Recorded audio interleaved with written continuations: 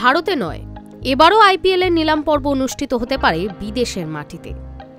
গত 2 সংস্করণে নিলাম হয়েছে যথাক্রমে দুবাই ও জেদ্দায়।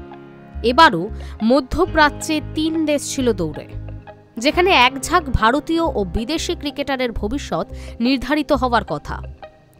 সেই তালিকায় সংযুক্ত আরব আমিরশাহী এগিয়ে আছে বলেই খবর।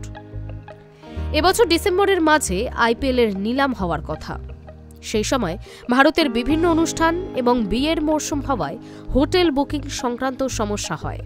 মূলত এই বিষয়টি মাথায় রেখেই গত 2 বছর বিদেশের নিলামের আয়োজন করা হয়েছে। বিশ্বের বিভিন্ন প্রান্ত থেকে মধ্যপ্রাচ্যের দেশগুলিতে যাতায়াত করাটাও সুবিধাজনক। জানা গিয়েছে এবার আইপিএল এর নিলাম হতে পারে আবুধাবিতে। বোর্ডের এক সূত্র জানিয়েছে আইপিএল এর মিনি নিলামের জন্য আবুধাবিকেই ঠিক করা হয়েছে।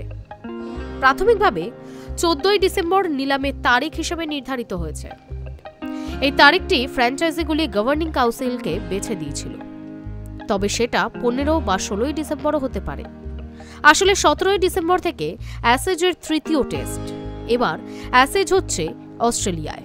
যারা সম্প্রচারের সঙ্গে যুক্ত তাদের সুবিধার কথা মাথায় রেখে তারিখ ও স্থান ভাবা হয়েছে বলেই খবর। পাশাপাশি মধ্যপ্রাচ্যের বাজারে আইপিএল এর প্রচার বাড়ানোর ক্ষেত্রেও এই নিলামের ভূমিকা রয়েছে।